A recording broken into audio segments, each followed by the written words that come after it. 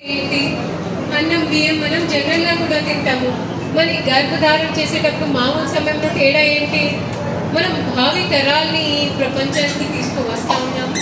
కాబట్టి ఇప్పుడు మీ అందరినీ ఉద్దేశించిన తర్వాత ఎమ్మెల్యే గారు మాట్లాడిన తర్వాత దయచేసి అటువైపు మేము కొన్ని పదార్థాలు వేడిగా తయారు చేయించడం జరిగింది. దయచేసి ఎంత కొంత టేస్ట్ చేసి వెళ్ళండి.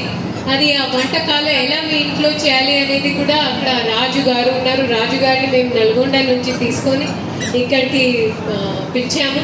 దయచేసి తనతో అడిగి, ఇక్కడ మీ కుటుంబ సభ్యురాలు, భర్త, అత్త వీళ్ళంతా ఉన్నారు కాబట్టి ఒక 5 minutes అక్కడ గడిచిపోయిన తర్వాత మీ అందరి ఇంటికి వెళ్ళి మీ అందరి భావి తరాల్ని పోషించే బాధ్యత మీ అందరి మీద ఉంది. కాబట్టి not just for your self, మీరు మీ పుట్టే బిడ్డ కోసమైనా కొంచెం జాగ్రత్తగా ఉండాలి.